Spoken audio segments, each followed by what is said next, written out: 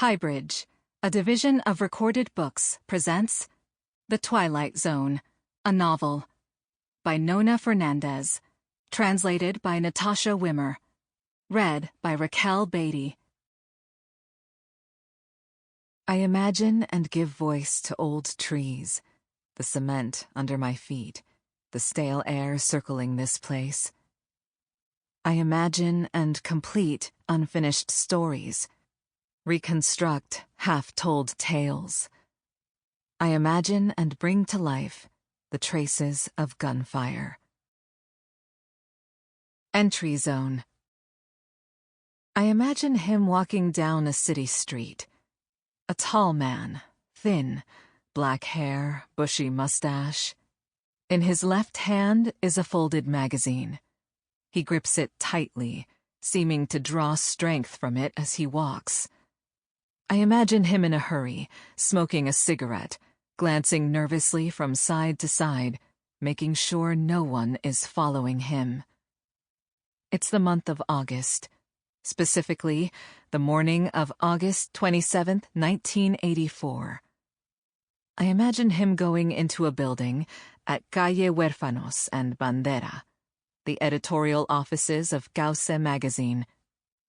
I'm not imagining that part. I read it. The receptionist recognizes him. He's come before with the same request.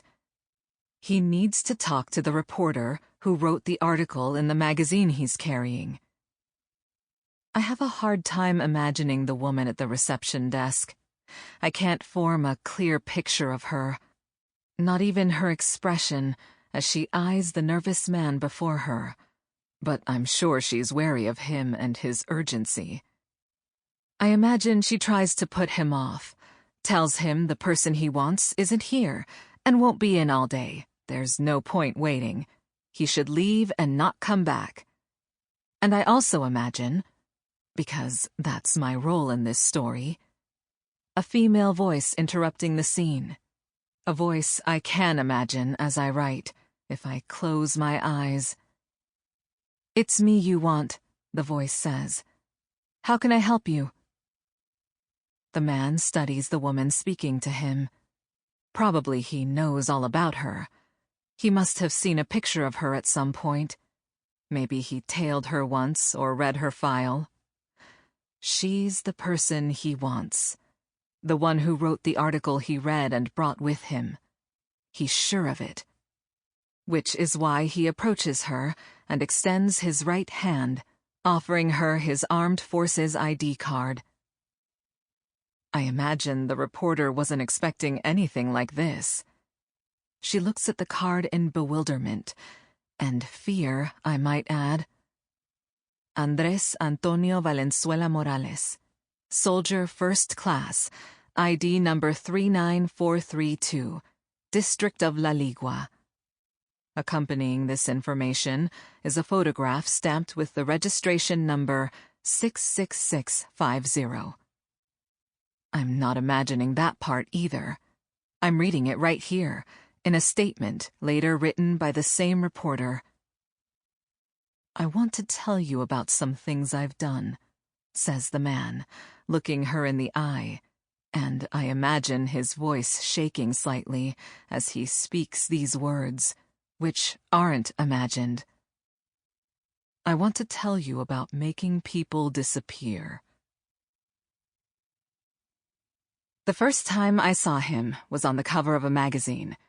It was a copy of Cauce, the kind of thing I read back then, with no knowledge of the people featured in all those headlines, reporting attacks, kidnappings, strikes, crimes, scams, lawsuits, indictments, and other scandalous occurrences of the day. Accused bomber was local CNI boss. Degollados killers still doing time in La Moneda. The plot to assassinate Tucapel Jimenez. Did Dina order Calama executions? My reading of the world at 13 was shaped by stories in magazines I didn't own, that belonged to everybody, passed from hand to hand among my classmates.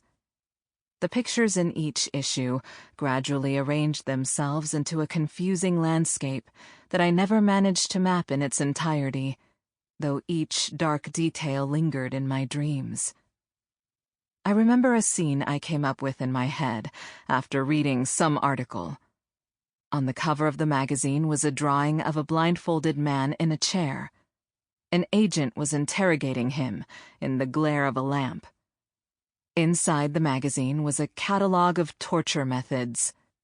I read the testimonies of victims and saw diagrams and drawings that looked like something out of a book from the Middle Ages. I can't remember every detail, but clear in my mind is the story of a 16-year-old girl who said that in the detention center where she was kept, they had stripped her, smeared her body with excrement, and put her in a dark room full of rats. I didn't want to, but inevitably I imagined that dark room full of rats. I often dreamed of that place and woke up from the dream over and over. Even now I can't shake it, and maybe that's why I'm recording it here, as a way to let it go. In that same dream, or maybe another like it, I inherited the man I'm imagining. An ordinary man, no different from anyone else, nothing special about him, except for a bushy mustache, which I, at least, couldn't stop thinking about. His face was on the cover of one of those magazines, and over the picture was a headline in white letters: "I tortured people." Under that, another line: "Shocking eyewitness account by security services agent." In a pull-out section inside, there was a long exclusive interview. The man gave a full account of his time as an intelligence agent, from his service as a young conscript in the Air Force to the moment he went to the magazine to tell his story.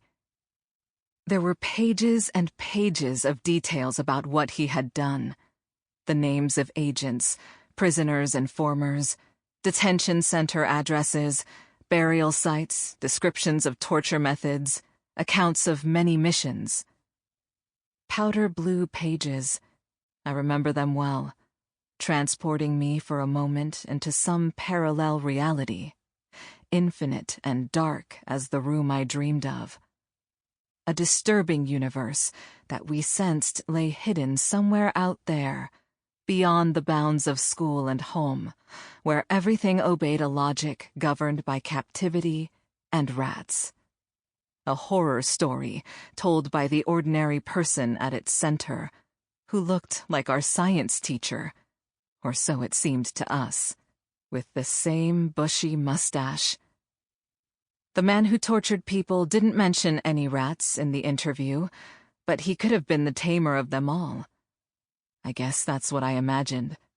A Pied Piper playing a tune that made it impossible not to follow him, not to march one by one into the disturbing place he inhabited. He didn't seem like a monster, or an evil giant, or some psychopath you had to run away from. He didn't even look like the National Police in boots, helmet, and shield who charged at us with batons during street protests. The man who tortured people could have been anybody, even our teacher. The second time I saw him was 25 years later. I was working as a writer for a television series, and one of the main characters was based on him. It was a fictional series, with lots of romance, of course, which is a requirement on TV, plus plenty of persecution and death, in keeping with the subject matter and the period. The character we constructed was an intelligence agent who took part in detention and torture operations, and then went home and listened to a mixtape of love songs and read Spider-Man comics with his son at bedtime. For 12 episodes, we followed his double life up close. The absolute divide between the personal and the professional that was secretly crushing him. He wasn't comfortable in his job anymore. He was starting to lose his nerve. The tranquilizers had stopped working. He couldn't eat or sleep. He had stopped talking to his wife, stopped being affectionate with his son, stopped spending time with his friends. He felt sick, despairing, feared his superiors, was trapped in a reality he didn't know how to escape. At the climax of the series, he put himself in front of his own enemies, presenting them with the brutal testimony of what he'd done as an intelligence agent in a desperate gesture of catharsis and unburdening. To write the series, I had to confront the interview I'd last read as an adolescent. There he was again, on the cover. His bushy mustache, his dark eyes staring at me from the page, and that line printed over his photograph. I tortured people. The spell remained intact. His face loomed again, and like a rat, I was ready to follow wherever his testimony led. I pored over every word. 25 years later, my hazy map was gradually coming into focus. Now I had a clear sense of the identity and roles of the people whose names and nicknames he mentioned. Air Force Colonel Edgar Ceballos Jones, Air Force Intelligence Director General Enrique Ruiz Bunger, Communist Party leader José Weibel Navarrete, Communist Party member Quila Rodríguez Gallardo, known for his bravery, El Wali, civilian officer of the Joint Command, El Fanta, ex-Communist Party member turned informer and persecutor, El Fifo Palma, Carlos Contreras Maluje, Yuri Gaona, Carol Flores, Guillermo Bratti, René Basoa, El Coño Molina, Mr. Velasco, El Patán, El Yerko, El Luti, La Firma, Beldewe, Remo Cero, Nido 18, Nido 20, Nido 22, the Juan Antonio Rios Intelligence Center. The list is endless. I re-entered that dark zone, but this time with a lamp that I had been fueling for years, which made it easier for me to find my way once I was inside.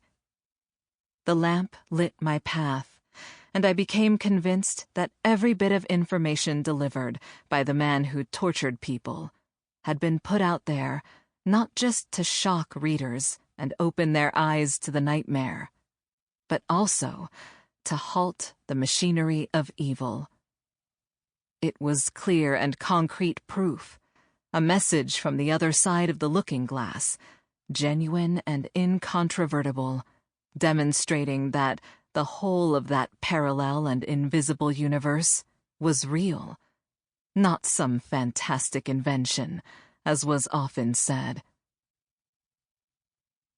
I last saw him a few weeks ago. I'd been working on the script for a documentary by some friends. It was about the Vicariate of Solidarity, an agency of the Catholic Church created in the midst of the dictatorship to assist victims. The film was a record of counterintelligence work, carried out mostly by the agency's lawyers and social workers. From testimonies and material collected for each case of forcible disappearance, detention, abduction, torture, and any other abuses they handled, they were able to put together a kind of panorama of repression. By obsessively studying this landscape, the Vicariate team tried to expose the sinister logic at work in the hope of getting a step ahead of the agents and saving lives. We'd been working on the film for years, and the material was so intense it made us a little queasy. My friends, the creators of the documentary, recorded hours and hours of interviews. Each person described on camera how they joined the Vicariate, their work, and the strange way they gradually became detectives, spies, secret investigators. They all ended up analyzing information, asking questions, planning operations, building a mirror image of the enemy's security services, but to nobler ends. The interviews were utterly engrossing and thorough, making the editing process very difficult. Which is why I had to make sure to prepare for our meetings first thing in the morning, with a strong cup of coffee, so that I was as sharp as possible. I want to describe one such morning. Shower, coffee, notebook, pencil, and then pushing the play button to queue up new material to review.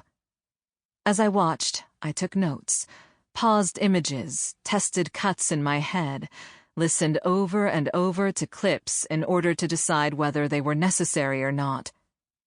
That's where I was, in the middle of testimonies, interviews, and stock images viewed millions of times, when he appeared, the man who tortured people.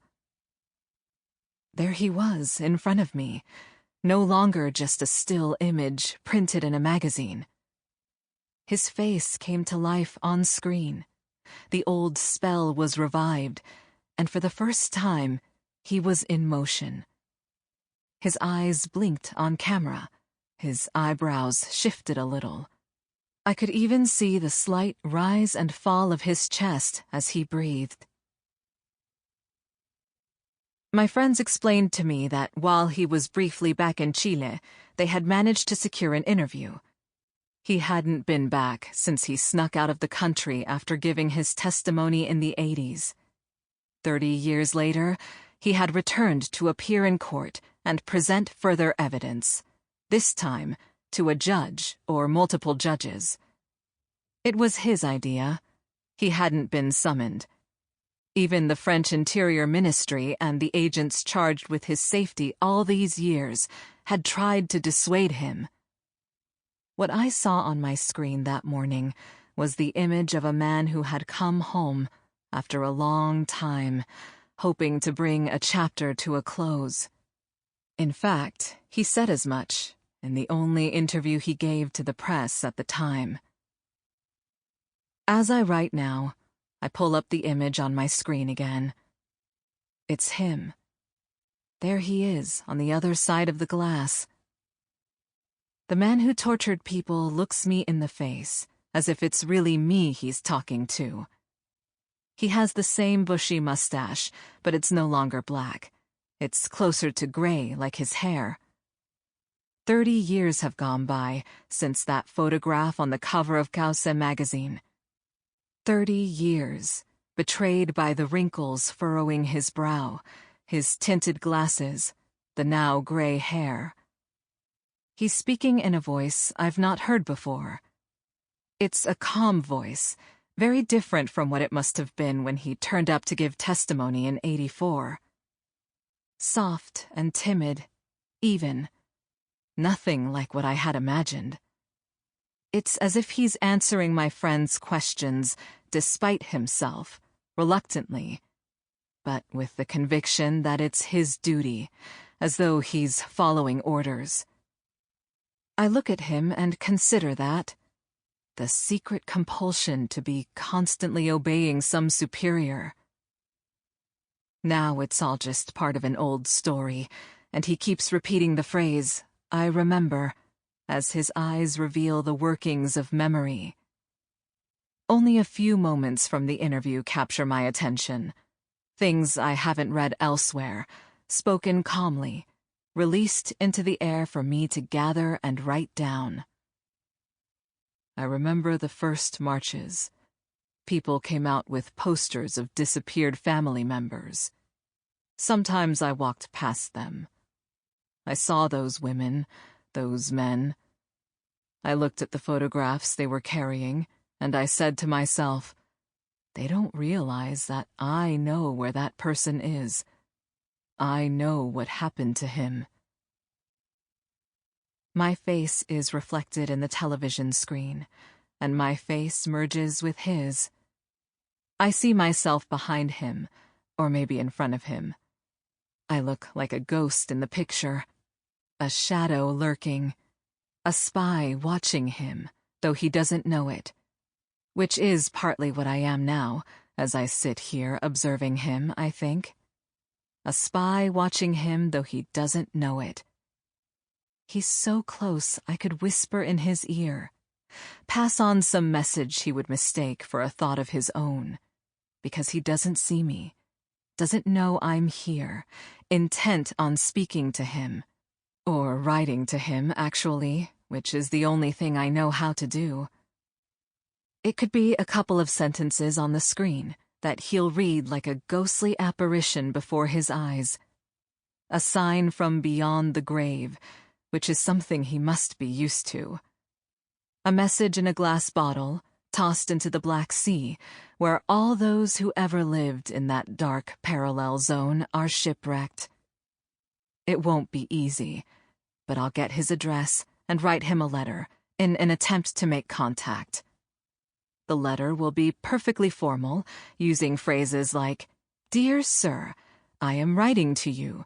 Sincerely yours." Because that's the only way I imagine he'd ever read it.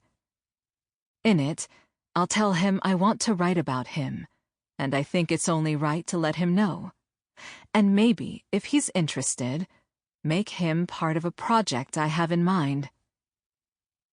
Dear Andres, we don't know each other, and I hope my boldness in tracking down your address and taking the liberty to write won't stop you from reading this letter.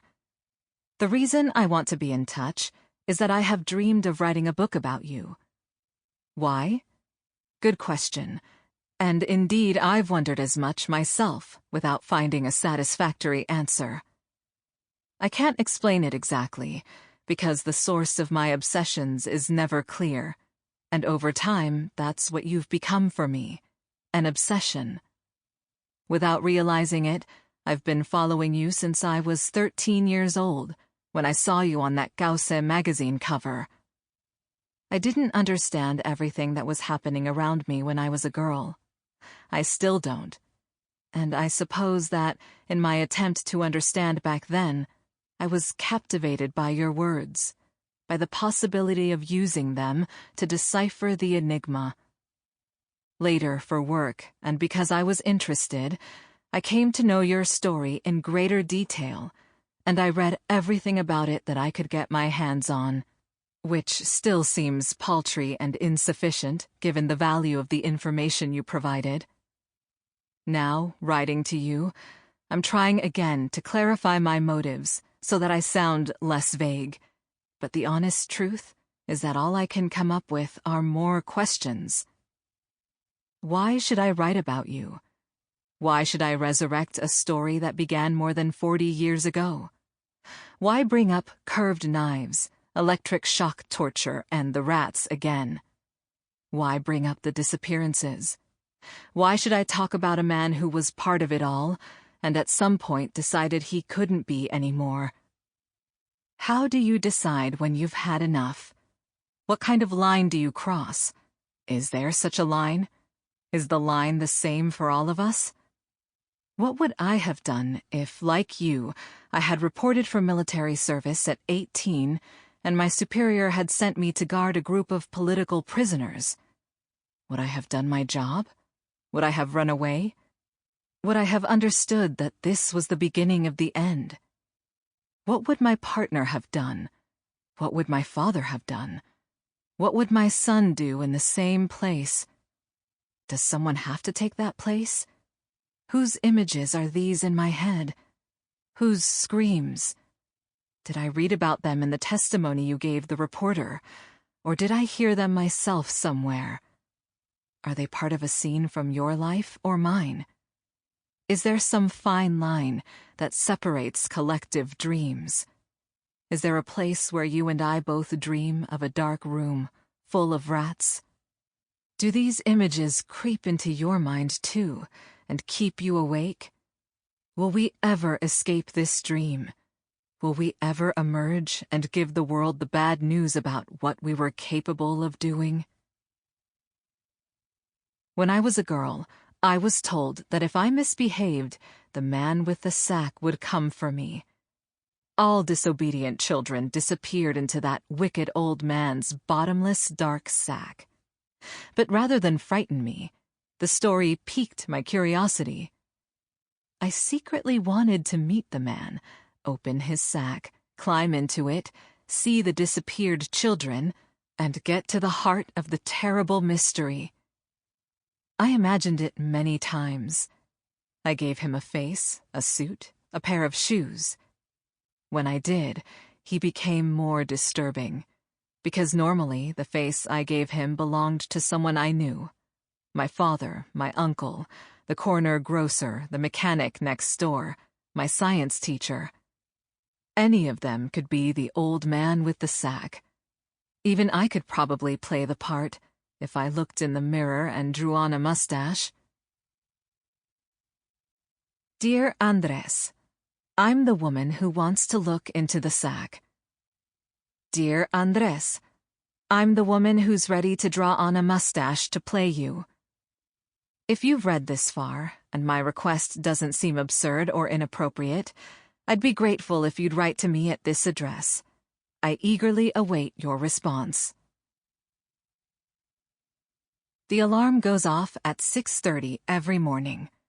What follows is a long chain of hurried, awkward acts, an attempt to start the day by shooing away sleep, to forge ahead while yawning and wanting to go back to bed. Drawers opening, cups filling with coffee and milk, taps turning. Showers, toothbrushes, deodorant, combs, toast, butter, the morning news, the announcer reporting the latest carjacking or the day's gridlock. Heating lunch for my son, putting it in a thermos, making a snack for recess. And between each rushed activity, calls of, "Hurry up, it's late, let's go." The cat meows, it wants food and water. The garbage truck goes by, taking away the trash we put out last night. The school bus stops in front and honks for my neighbors. The children come out yelling, their mother sees them off. The man with the dog goes by with his dog and waves as I'm opening the gate, and my son's father is starting the car, getting ready to leave. The young man who jogs is jogging. The woman with the cell phone is talking on her cell phone. Everything is just like yesterday, or the day before yesterday, or tomorrow.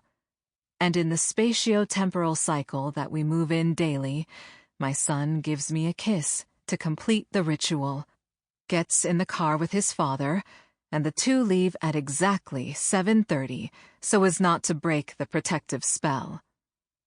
It's been like this for years.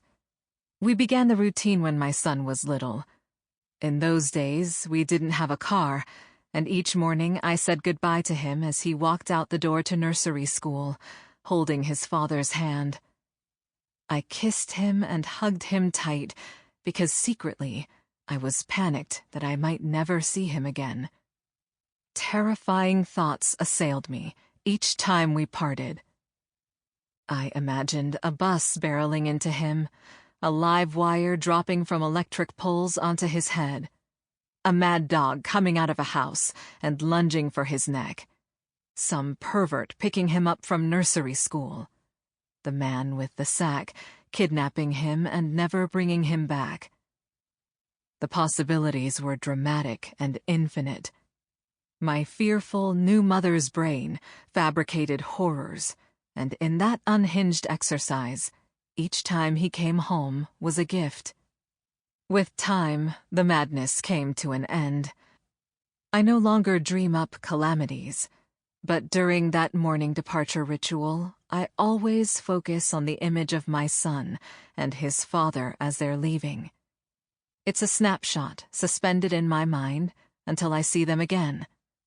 An uncontrollable impulse that I inherited from those days as a frightened new mother.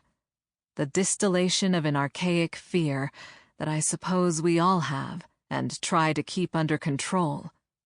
The fear of unexpectedly losing the people we love. I don't know what the morning routine must have been like at the Weibel Barahona household in 1976. I was just 4 years old, and I can't even remember what my own mornings were like back then. But with a little imagination, I can see that house in La Florida and the family beginning their day.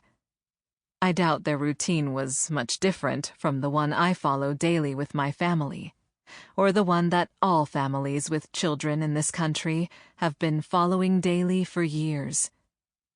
I imagine the Weybell's clock marking the launch time, maybe 6:30. Sample complete. Ready to continue?